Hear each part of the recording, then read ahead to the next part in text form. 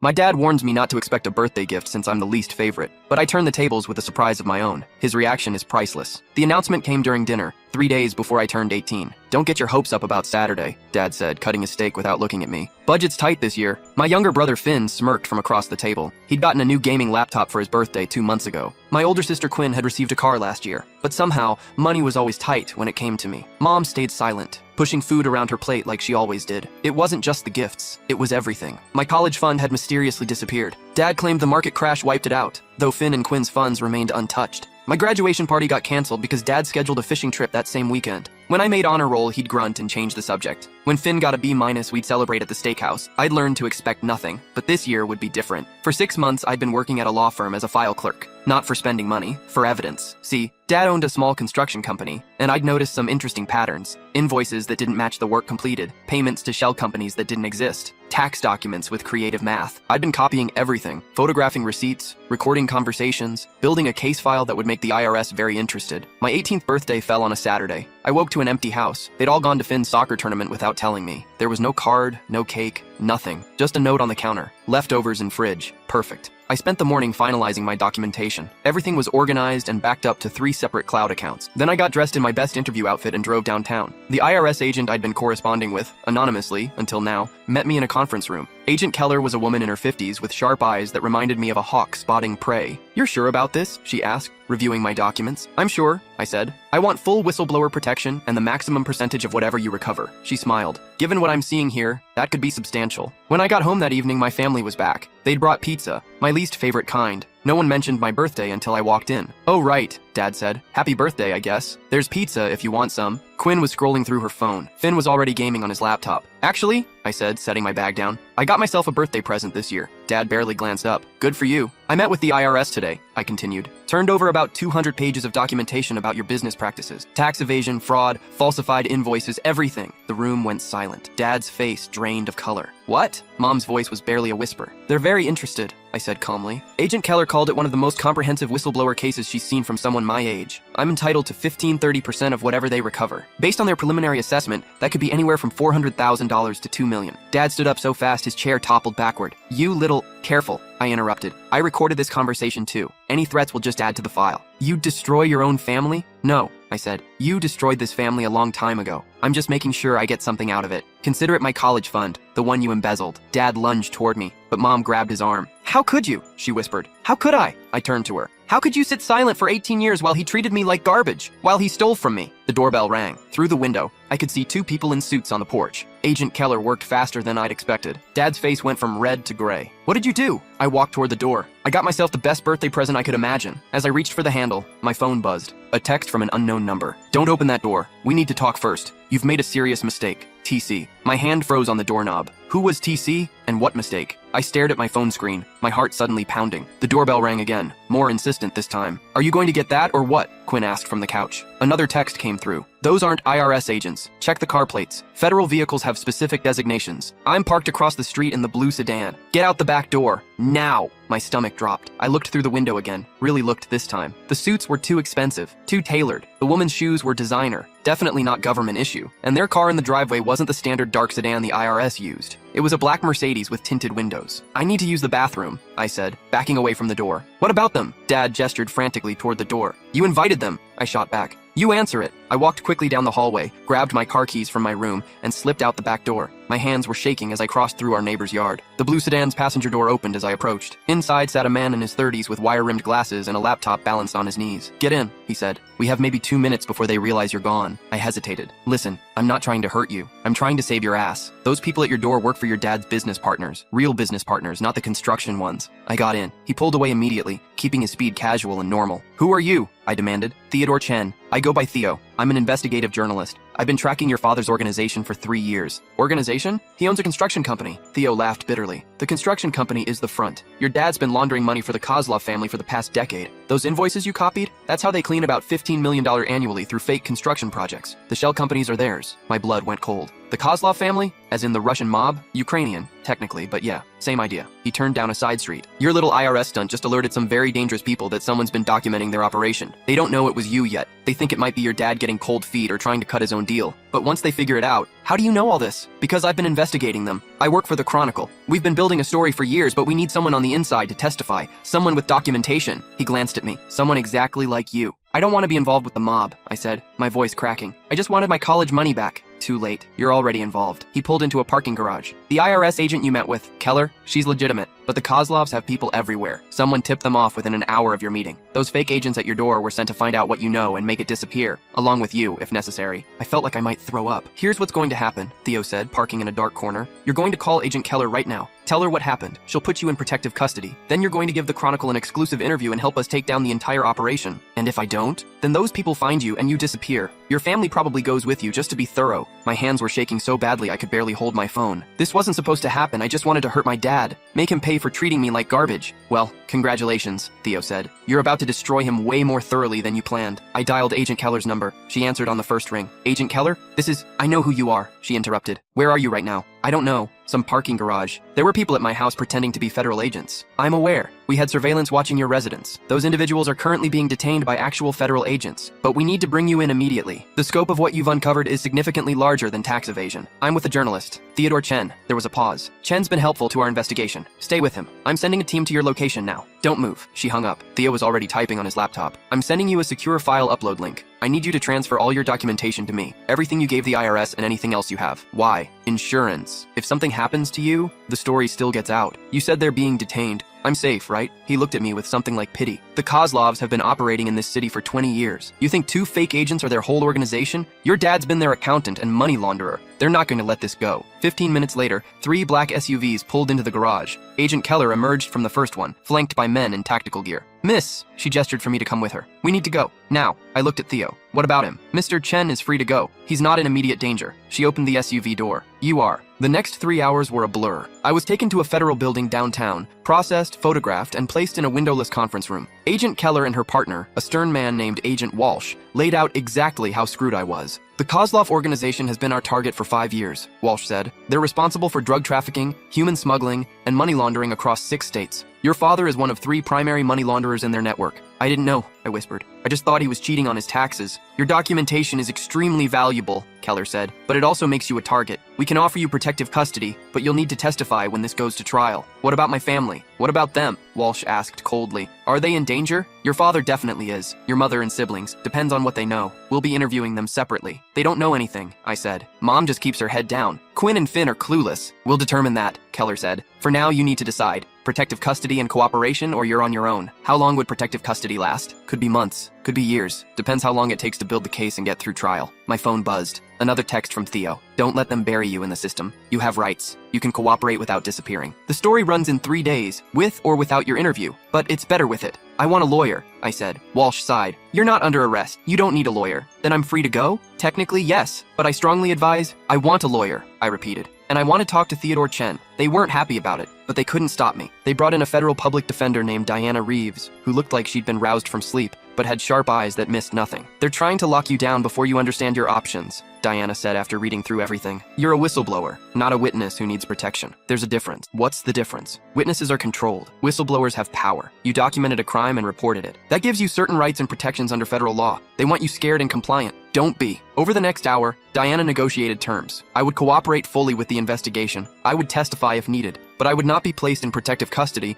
unless there was a specific, credible threat. I would continue my life, attend college in the fall, and be given regular security briefings. In exchange, I would receive the full whistleblower reward, 15% minimum, possibly up to 30% of whatever they recovered. Diana estimated it could be anywhere from $2 million to $10 million, given the scope of the operation. One more thing, I said. I want to talk to Theodore Chen. Exclusive interview. Before anyone else. Keller looked ready to argue, but Diana cut her off. My client has the right to speak to the press. You can't prevent that. They set up the interview for the next morning at a secure location. I was given a hotel room with a federal agent stationed outside. I didn't sleep. At 6 a.m., Theo arrived with a photographer and a recording device. He looked like he hadn't slept either. This is going to be huge, he said, setting up. Biggest story of my career. Maybe the biggest story the Chronicles run in a decade. My family's going to hate me. Your family enabled this. Your dad built this life on blood money. Your mom looked the other way. They don't get to hate you for telling the truth. The interview lasted 4 hours. I told him everything, from the first time I noticed something was wrong with Dad's books, to the months of documentation, to my birthday confrontation. Theo took notes furiously, asked follow-up questions, verified details. When did you realize your dad was involved with organized crime? He asked. When you told me in your car, I admitted. Before that, I just thought he was a regular criminal. Tax evasion, fraud, small-time stuff. And now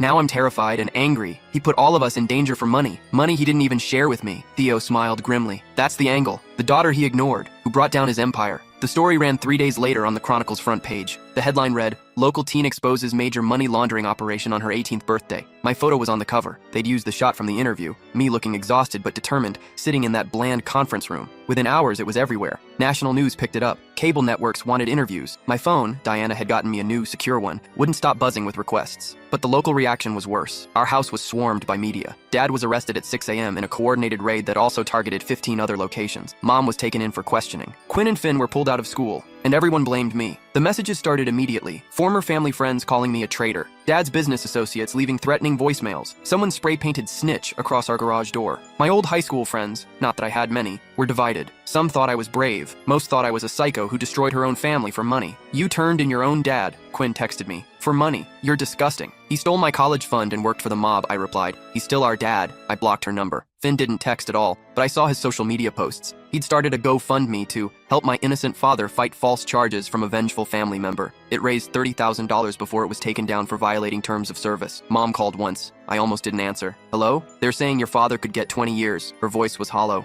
20 years. He's been laundering money for the Ukrainian mob for a decade, Mom. He's lucky they're not charging him with more. You could have just left, gone to college, started your own life. You didn't have to do this. He stole from me, from all of us, and he put us in danger. You put us in danger, she snapped. The FBI is crawling through our house. They've frozen all our accounts. Your sister can't afford her car payments. Your brother's going to have to transfer schools because we can't pay tuition. I have to go. Wait, but I hung up. Diana called immediately after. Don't talk to your family without me present. Anything you say can be used against you or them in the ongoing investigation. They hate me. They're scared. And they're looking for someone to blame who isn't the person who actually committed the crimes. That's normal. It doesn't feel normal. Give it time. When your father goes to prison and you get your whistleblower reward, they'll change their tune. Money makes people forgiving. But I wasn't sure I wanted their forgiveness. The trial prep took months. I met with prosecutors every week, going over my evidence, preparing for cross-examination, learning how to stay calm under pressure. Meanwhile, the full scope of Dad's operation came out. He wasn't just laundering money. He'd been involved in the distribution network too. Some of those construction sites were used to move drugs and even people across state lines. He wasn't a small player. He was a lieutenant. The Kozlov family had 17 members indicted. 4 had fled the country. The rest were in custody, awaiting trial. Dad's lawyer tried to make a deal. If Dad testified against the Kozlovs, they'd reduce his sentence to 10 years. Dad refused.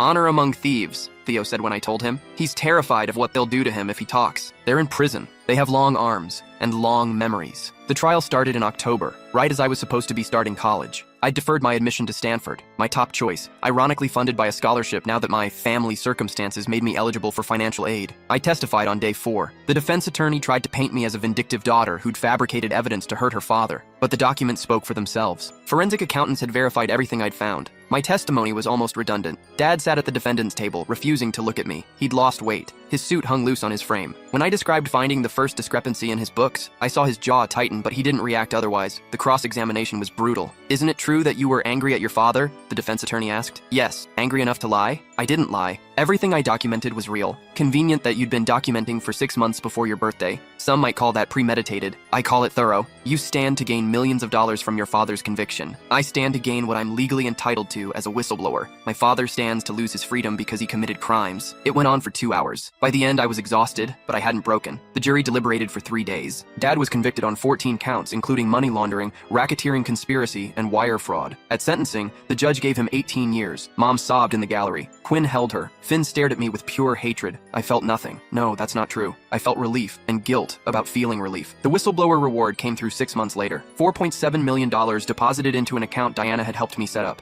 After taxes and legal fees, I had $3.2 million. I was 19 years old and richer than my father had ever been. The money didn't fix anything. Mom and I didn't speak. Quinn and Finn had moved in with our aunt, Dad's sister, who blamed me for destroying her brother's life. I tried to reach out once. Quinn told me I was dead to them. I started college a year late, using a different name for safety. The Kozlovs were in prison, but paranoia lingered. I kept my head down, made new friends who didn't know my story, and tried to build a normal life. Theo's article won a journalism award. He thanked me in his acceptance speech, though he used my pseudonym. We stayed in touch. Sometimes he'd text me updates on the case or just check in. How's school? He asked one day. Fine. Weird being normal after everything. You're never going to be normal. You took down an organized crime syndicate at 18. That stays with you. Not helping. Wasn't trying to. Just being honest. 2 years after the trial, Mom reached out. A short email. Your brother graduated high school. Thought you'd want to know. I didn't respond immediately. What was I supposed to say? Congratulations on the son you chose over me? But eventually I replied, that's great. I hope he's doing well. 3 weeks later, she called. Can we talk? Mom asked. In person? We met at a neutral location, a coffee shop halfway between her apartment and my school. She looked older, tired. The weight of the last 2 years was etched in the lines around her eyes. I don't expect you to forgive me, she started. I should have protected you. I should have noticed what your father was doing, both to you and in his business. But you didn't. No, I didn't. I was comfortable, complacent. I told myself it was easier to look away. And now I'm working as a receptionist at a dentist's office, living in a 2-bedroom apartment with your siblings. We lost the house, the cars, everything. Your sister had to drop out of college. Your brother works nights at a warehouse. I wanted to feel sympathy. Instead, I felt tired. Why are you telling me this? Because they blame you, and I let them. I let them think you were the villain because it was easier than admitting I failed as a mother. You did fail. She flinched but nodded. I know. I'm trying to fix it. I've told them the truth, about how your father treated you, about how I stayed silent. They don't want to hear it yet, but I'm not giving up. What do you want from me? Nothing, she said. I don't want your money or your forgiveness. I just wanted you to know that I see it now. I see what I did, and I'm sorry. It wasn't enough. It would never be enough, but it was something. Okay, I said. Okay, I heard you. I'm not ready to have a relationship, but I heard you. She cried then, quietly, dabbing at her eyes with a napkin. That's more than I deserve. We didn't hug when we left, but we didn't part as enemies either. Just two people trying to figure out what came next. I graduated college with a degree in forensic accounting. The irony wasn't lost on anyone. I destroyed my father's criminal enterprise, so naturally I dedicated my career to finding more like it. I was recruited by the FBI right out of school. Not as an agent, but as a specialist in financial crimes. My first case involved tracking money laundering through cryptocurrency. My childhood training, stalking my father's business records, had prepared me better than any textbook. Theo wrote a follow-up article when I graduated. Where is she now? The teen whistleblower who became a financial crime fighter? I gave him another interview. This time I used my real name. Do you regret it? He asked. Turning in your father? Sometimes, I admitted. Not because he didn't deserve it, but because of what it cost me. I lost my family. I lost any sense of normal childhood. I look over my shoulder everywhere I go. Was it worth it? I thought about the 237 victims the FBI had identified. People exploited by the Kozlov organization. Women trafficked across borders. Families destroyed by drugs. Lives ruined. Yeah, I said. It was worth it. At 23, I was working on a case that led to a major bust in Chicago. 63 arrests, $200 million in seized assets. The case made national news. My boss submitted me for a commendation. That's when Quinn reached out. I saw you on the news, her message said. You look good. It was the first time she'd contacted me in 5 years. Thanks, I replied, unsure what else to say. I'm sorry, she sent next. For everything. I was a kid and I was scared, and I blamed you because it was easier than accepting that Dad was a criminal. You were 18, old enough to know better. You're right,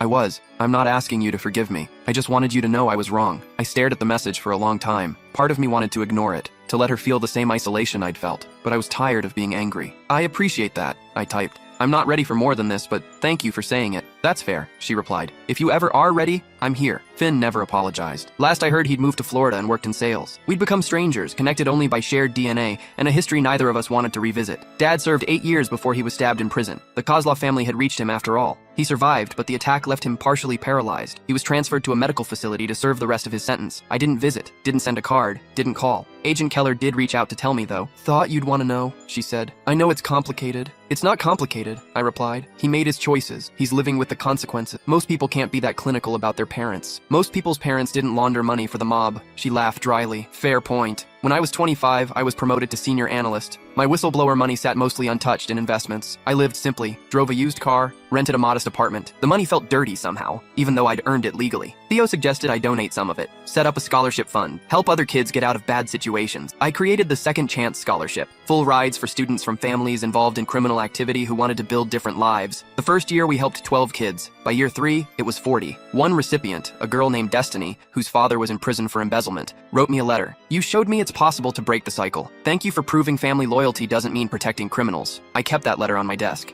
At 26, I met someone. Alex was a public defender who understood complicated family dynamics without needing lengthy explanations. They'd grown up with an addicted parent and knew what it meant to love someone while holding them accountable. You did the right thing, Alex said when I finally told them the full story, even though it cost you everything. Sometimes I wonder if there was another way. There wasn't. You were 18, alone, and backed into a corner. You survived. That's what matters. We got engaged a year later. Small ceremony, few guests. Mom came, which surprised me. Quinn came too. We weren't close, might never be, but we were trying. Finn sent a card. No note, just his signature. It was something. Dad didn't know about the wedding. I didn't tell him and no one else did either. On my wedding day, as I was getting ready, Mom knocked on the door. "Can I come in?" I nodded. She sat down, carefully, like she was afraid I'd ask her to leave. "You look beautiful." "Thanks. I want to tell you something. Your father called me last week. From prison." My stomach tightened. "What did he want?" "He wanted me to ask you something. To give you a message." She paused. I told him no. I told him he'd lost the right to ask anything of you years ago. I just wanted you to know that I said no. It was such a small thing, but it mattered. "Thank you," I said. "I'm proud of you," Mom continued. "I know I have no right to be, given everything, but I am. You broke a cycle that's plagued our family for generations. You're building something new. I'm trying. You're succeeding." The wedding was perfect. Small, intimate, full of people who chose to be there. Alex and I wrote our own vows. Mine included a line about choosing truth over comfort, even when it costs everything. Theo was there, of course. He'd become an unlikely friend over the years, the person who'd been there at the very beginning of my new life. "Never thought I'd cry at a wedding," he said, hugging me afterward. "But here we are, getting soft in your old age." "Shut up. You're making me regret the compliment." I went back to work after the honeymoon. There was always another case, another criminal enterprise to unravel. I was good at my job, really good. Turned out, growing up watching my father commit crimes had given me insight into how criminals think. At 28, I testified before Congress about financial crimes and money laundering. The hearing was televised. Somewhere, I knew Dad was watching from his prison medical facility. A reporter caught me after the hearing. "Your father's crimes led you to this career. Do you think about that?" "Every day," I said. "He showed me how the system could be exploited. I decided to spend my life protecting it instead." "Have you spoken to him since his conviction?" "No. Do you plan to?" "No." That night, my phone rang from an unknown number. I almost didn't answer, but something made me pick up. "You have a collect call from an inmate at..." I hung up. He tried 3 more times that week. Each time, I declined the call. The 4th time, Alex asked if I was okay. "He's trying to reach me. Do you want to talk to him?" "I don't know. Part of me wants to hear what he has to say. Part of me thinks there's nothing he could say that would matter." "You don't owe him anything," Alex said gently. "Not closure, not forgiveness, nothing." "I know, but if you need to do it for yourself, I'll support you." I thought about it for weeks. Finally, I accepted the call. "Hello?" I said. "It's me." Dad's voice was rough, older than I remembered. "Thank you for answering. What do you want?" "To apologize. I know it's not enough, but I'm sorry. For all of it. For how I treated you. For what I put you through. For the danger I exposed you to." "You're right. It's not enough. I don't expect your forgiveness. I just wanted you to know that I see it now. What I did. Who I hurt. You were my daughter and I failed you in every possible way. Part of me had been waiting years to hear this. Now that I had, it felt empty." "Okay," I said. "I heard about your work. Congressional testimony. You're doing important things. No thanks to you. No, because of your own strength, your own choices." He paused. "I'm proud of you. I know I have no right to be, but I am. I have to go. Wait, will you visit? Eventually?" "I don't think so. I understand." I hung up before he could say anything else. Alex found me sitting on the couch, staring at nothing. "How do you feel?" they asked. "I don't know. I thought hearing him apologize would change something, but it didn't. Maybe it doesn't need to. Maybe some things are just done and there's no fixing them. That's depressing." "No," Alex said. "It's freeing. You don't have to wait for him to give you closure. You already closed that door yourself." They were right. I'd been so focused on what my father took from me that I'd forgotten what I'd built for myself. A career helping people. A partner who loved me. A life built on truth instead of lies. The whistleblower reward money funded my scholarship program and helped other victims of financial crimes. My testimony helped put away criminals and reform laws. The pain my father caused didn't disappear, but I'd transformed it into something useful. At 30, I published a memoir, not about revenge or family drama, but about the technical aspects of uncovering financial crimes. It became required reading at the FBI Academy. Theo wrote a glowing review. Dad died when I was 32. Heart attack in prison. Mom called to tell me. "The funeral's on Saturday," she said. "Will you come?" "I don't think so. Your siblings will be there." "I know, but I said everything I needed to say years ago. There's nothing left." "I understand." Quinn called next. "It would mean a lot if you came." "To who? To you? Or to make it look better for everyone else? That's not fair, isn't it? Where were you when I needed family? When I was testifying? When I was building my life from nothing? We were kids. You were 18, Quinn. The same age I was when I reported him. You made your choice. I'm making mine. I didn't go to the funeral. Instead,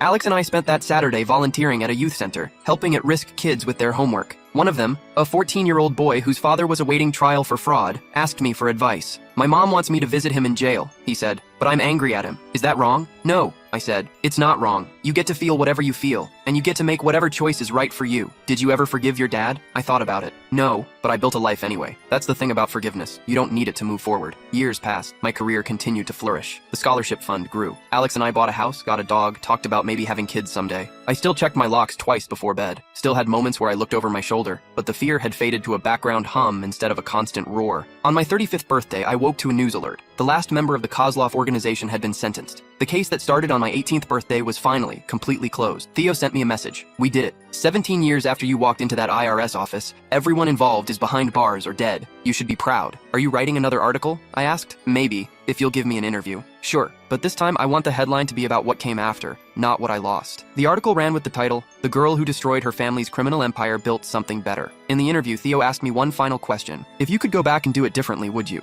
I thought about 18-year-old me, standing in that living room on my birthday, making the choice that would change everything. No, I said. I'd do it exactly the same. Because that choice, as hard as it was, gave me the freedom to become who I am. Not who my father wanted me to be, not who my family expected, but who I chose to be. And who's that? Someone who tells the truth, no matter the cost. Someone who fights for people who can't fight for themselves. Someone who breaks cycles instead of continuing them. Your father would probably be proud of that, Theo said. I smiled. Maybe, but I didn't do it for him. I did it for me. And that makes all the difference. The article ended with a photo of me at work, surrounded by case files, doing what I loved. Not a victim, not a villain, just someone who made a choice and lived with the consequences and built something meaningful from the rubble. Looking back now, standing in my office, preparing for another case, I realized something. My father thought money was freedom. He thought lies and manipulation would protect him. He thought family loyalty meant silence. He was wrong on all counts. Real freedom came from telling the truth, even when it cost me everything. Real protection came from building a life on integrity. And real family, the family I chose, the people who stood by me, they valued truth over comfortable lies. My 18th birthday present to myself wasn't revenge, it was liberation, and that gift keeps giving every single day.